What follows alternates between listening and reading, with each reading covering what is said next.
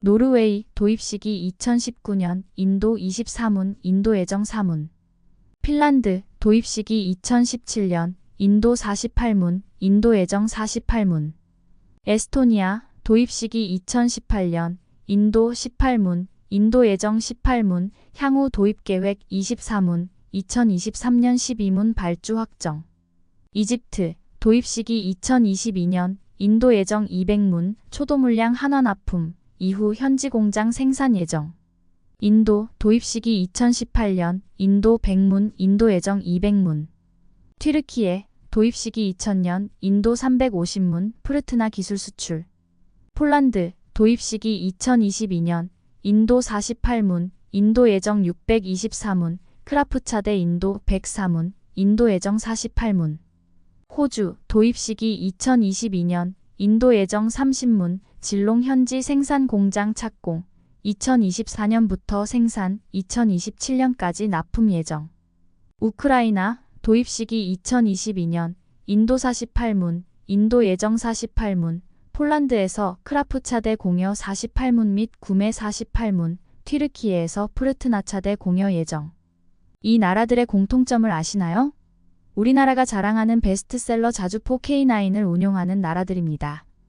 지난 2000년부터 2017년까지 스톡홀름 국제평화연구소에 따르면 K9 자주곡사포는 세계 자주포 수출 시장에서 48%의 점유율로 압도적인 1위를 기록하고 있습니다.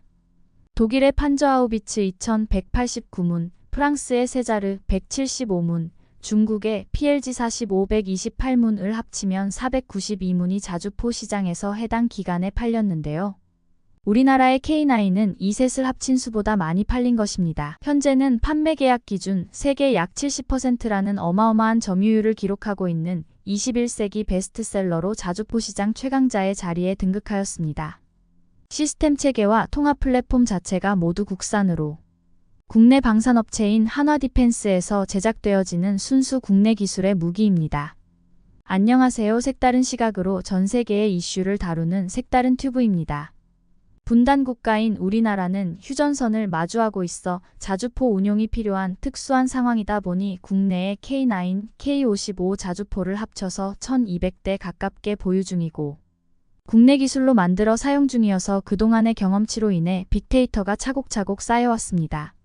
이러한 우리 K9 수출국들 사이에는 K9 유저스 클럽이라고 하여 각국에서 세미나를 열고 사용함에 있어 장점 및 단점을 토론하고 정책 방향에도 영향을 주는 등 교류가 활발히 일어나고 있습니다. 주로 우리나라 창원과 핀란드에서 주기적으로 개최하고 있는데요. 지난 1월에는 핀란드 헬싱키에서 폴란드, 호주, 노르웨이, 핀란드, 에스토니아 등 6개국이 모여서 회의를 개최하였습니다. 이러한 회의를 통해서 군사정보 공유협의체를 구성하여 한국 무기 수출의 교두보가 될 수 있어 기대가 되는 이유입니다. K9 자주포는 155mm 포탄이 사용되어지는데 우리나라 군수업체인 풍산에서 사거리 연장탄이라고 만들어지고 있습니다. 기존 40km 사거리에서 60km로 최대 사거리 연장되어 더욱 성능을 향상시키고 있습니다. 풍산 측은 K9 자주포의 사양 변경 없이 탄약의 성능 향상만으로 기존 사거리의 50%가 늘어난 사거리를 달성하는 것은 고도의 기술이라고 설명하고 있습니다. 우러 전쟁의 75%가 155mm 포탄에 의해서 일어날 정도로 재래식 무기의 비율이 많은데요. 그야말로 우리에게는 효자 종목이라 할 수 있겠습니다. K9 유저스 클럽 멤버국이기도 한 핀란드에서는 K9 중고품까지 싹쓸이해 갈 정도로 한국산 중고 K9 자주포에 대한 사랑이 뜨겁습니다. 꾸준히 중고 자주포 거래를 해오던 핀란드가 이제는 직접 개량까지 하겠다고 밝힌 것입니다. K9 핀란드 현지 공급업체인 밀로그는 자사 홈페이지를 통해 핀란드 국방부와 중고 K9 자주포를 개량해 공급하는 계약을 체결했다고 밝혔습니다. 해당 계약의 규모는 810만 유로 약 117억 원 상당인 것으로 전해지며 개량 작업은 2030년까지 이루어질 예정입니다. 핀란드 국방부 또한 지난달 23일 현지 시간 홈페이지를 통해 밀로그가 지난 2021년과 2022년에 구매한 155mm K9 자주포 48문을 개조할 예정이라고 밝혔습니다. 앞서 핀란드는 한국의 한화에어로스페이스로부터 2021년에 10문, 2022년에는 38문이 중고 K9 자주포를 구매한 바 있습니다. 핀란드는 2017년에도 중고 K9 48문을 구매했는데요. 이때부터 핀란드군과 밀로그 측은 중고 K9을 개량하는 것에 대한 논의를 진행해 온 것으로 전해졌습니다. K9 자주포는 한화에어로스페이스와 국방과학연구소가 한국 기술로 1998년 독자 개발에 성공하여 1999년부터 우리 군에 인도되어 왔습니다. 현재는 K9A1, A2, A3까지 개량 사업을 진행하고 있습니다. 미국 M109A6 팔라딘, 영국 AS90 브레이브하트에 비해 사거리 등에서 우수한 것으로 평가받고 있습니다. 세계 최강으로 꼽히는 독일 판저하우비츠 2000과 비교했을 때도 성능이 크게 뒤지지 않으면서 합리적인 가격입니다. 고강도 강으로 제작한 장갑으로 구성돼 적기화기와 포탄 파편으로부터 승무원을 보호할 수 있는데요. 산악지역은 물론 평원, 설원, 정글, 사막 등 다양한 환경에서 주행이 가능하고 사격 후 신속한 변환 전술을 펼칠 수도 있습니다. 그동안 핀란드군은 K9 자주포에 대해 무한 신뢰를 보내왔는데요. 프랑스의 군사 전문 매체 디펜스 에어로스페이스에 따르면 핀란드 국방부는 지난 2022년 K9 자주포를 추가 구매하며 K9 자주포는 육군이 화력을 대폭 향상시킨다. K9은 핀란드에서 작전상 신뢰할 수 있는 것으로 입증됐으며 군사훈련과 사격 모두에서 우수한 성과를 올렸다고 밝힌 바 있습니다. 한편 핀란드는 러시아와 국경 1300km를 맞대고 있는 국가입니다. 오랫동안 군사비동맹 정책을 유지해오다 러시아가 우크라이나를 침공한 뒤로 방향을 틀었는데요. 지난해 러시아의 강한 반발에도 불구하고 나토에 가입한 바 있습니다. 현재 핀란드군은 K9 모카리 자주포 체계를 운용하고 있습니다. 그렇다면 도대체 이러한 많은 나라들에서 사랑받는 이유는 무엇일까요? 지금부터 하나씩 비밀을 밝혀보겠습니다. 첫 번째로는 뭐니뭐니 해도 경쟁 기종들에 비해 상대적으로 가성비가 뛰어나다는 것입니다. 독일의 판저하우비츠 2000 한문 가격으로 K9 두 문을 사고도 돈이 남는데 성능은 크게 뒤지지 않는다고 하니 편의점의 1+1보다 이득이네요. 미국의 M109 계열의 현역 운용 중인 최신 개량형 M109A7조차 K9보다 성능이 열세를 보이는데요. 1960년대 베트남전 당시에 설계된 구형 시스템이라 개량에 한계가 있습니다. 애초에 차대를 브래들리와 공유하려 변경된 점과 반자동 장전 장치가 추가된 것이 A7입니다. 그동안 저렴하다고 여겨졌던 기존 2차륜형 자주포들도 많은 기능들이 추가되고 전체 물량 규모가 적다 보니 가격이 천정부지로 뛰었으며 공급 능력도 신통치가 않아 물량이 많이 부족한 상황인데요. 국방 예산이 부족한 핀란드나 에스토니아처럼 창정비되어 나온 중고 물량을 도입하는 선택지로 K9을 선택하는 국가들도 있었습니다. 둘째, 실전 경험이 있는 몇 안 되는 서방 자주포라는 것입니다. 연평도 포격전, 2019년 인도-파키스탄 분쟁, 동일 기술 기체인 T-155 프루트나의 실전 운용 사례까지 포함하면 현재 운용 중인 자주포 중 가장 실전 데이터가 많습니다. 여기에 K9의 차체를 활용한 AHS 크라프도 우크라이나에서 우수한 기동성과 안정성, 뛰어난 명중률과 유지보수 능력으로 호평받고 있습니다.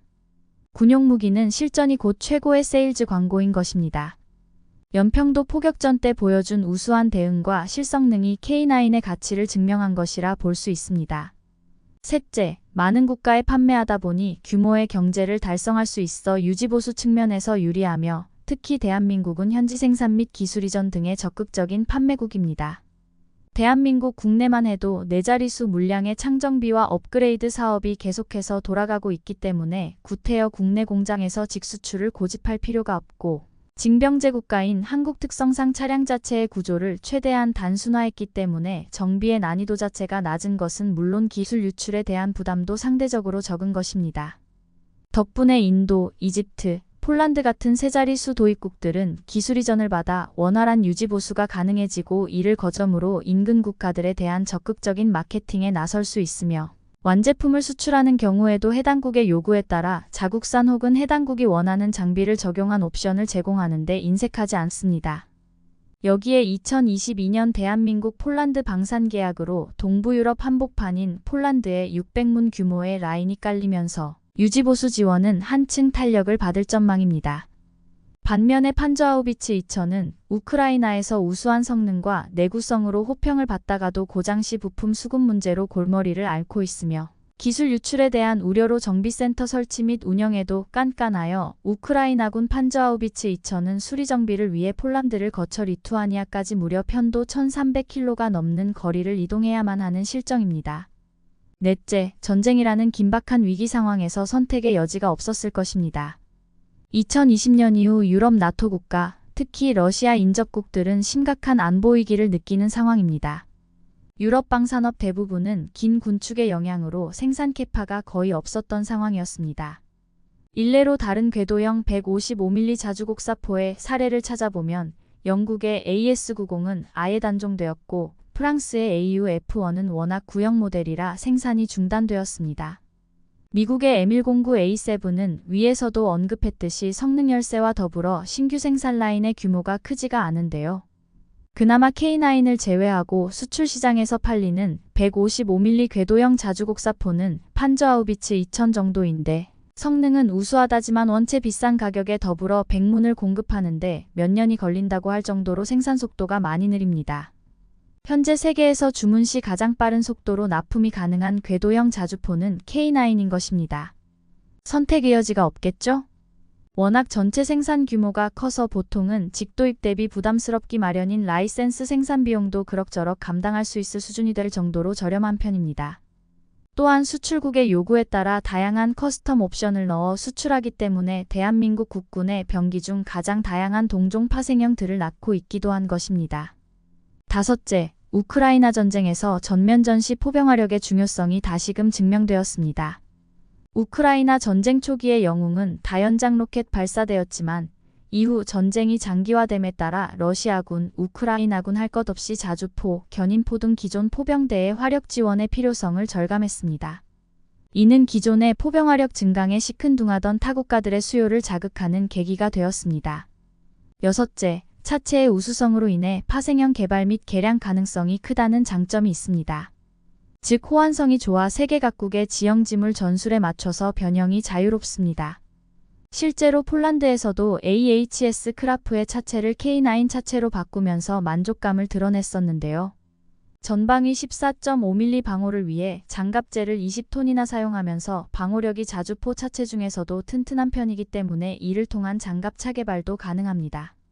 폴란드에서는 이 점을 착안해 K9 차체 기반 중장갑차를 개발하기로 확정했으며 한동안 구상되었다가 사실상 취소된 자주대공포 PGA 루아르의 차체를 K9 차체로 교체한 PGA 루아르 NG도 구상 중이라고 합니다. 마지막으로 외교 및 국제 정세로 인한 부담이 적다는 것입니다. 군사무기 도입 과정에서는 크든 작든 국가 간 외교 및 국제 정세 문제가 작용하기 마련입니다.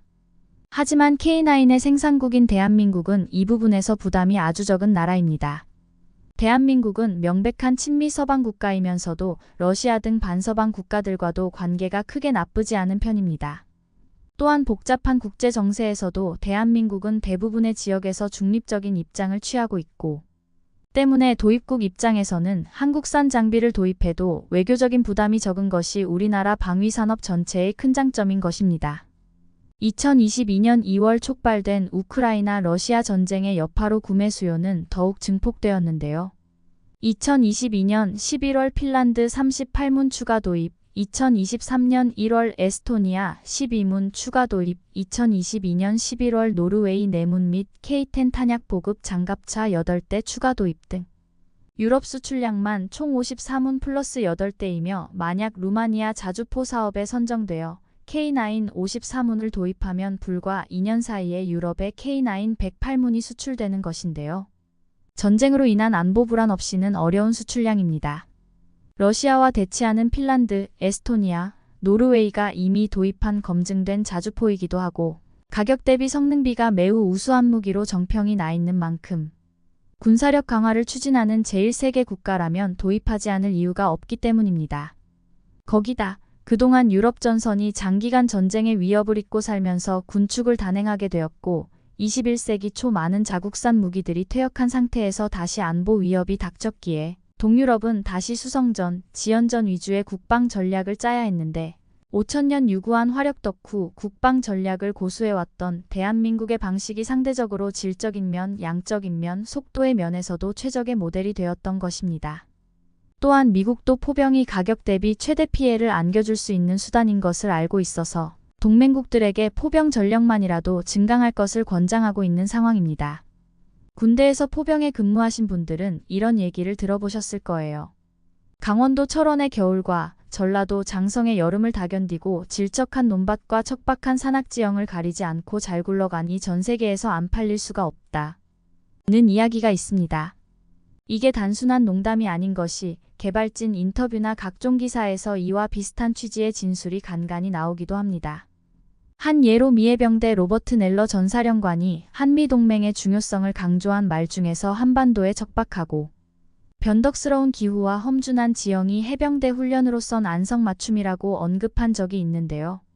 그리고 무기의 가장 중요한 요소 중 하나가 신뢰성이죠. 당장 필요한 때에 고장이 나 있으면 그 무기는 아무짝에도 쓸모가 없습니다. CNN은 기사에서 관련 내용과 함께 왕립합동군사연구소의 관계자 말을 인용한 것이 있는데 노르웨이 사업에서 승리한 결정적인 요인도 혹한기 내구성이었다. 라고 할 정도로 K9의 내구성은 정평이 나 있습니다. 추가 수출이 더 이루어지면 서방세계 표준자주포로 자리매김을 확고히 할 기회입니다. K9의 차체를 이용한 AHS 크라프를 폴란드 측이 우크라이나에 18문 공여 60문 판매 등 총 78문을 제공함으로써 간접적으로 남아 우리나라는 전쟁에 참전하게 되었습니다. 동시에 폴란드에 600문 이상의 수출 및 현지 생산 계약에 성공하였고 이후로도 에스토니아, 노르웨이, 인도 등 기존 도입국들에서 추가 주문이 이어지면서 평가가 계속 상승하는 중입니다. 이런 위기를 기회로 잘 활용한다면 우리나라 방산의 미래가 밝다는 것은 믿어 의심치 않을 것입니다. 이번 영상은 여기에서 마치겠습니다. 긴 영상 끝까지 시청해주셔서 감사합니다. 영상이 도움이 되셨다면 좋아요와 다른 이야기도 궁금하시다면 구독을 부탁드리겠습니다.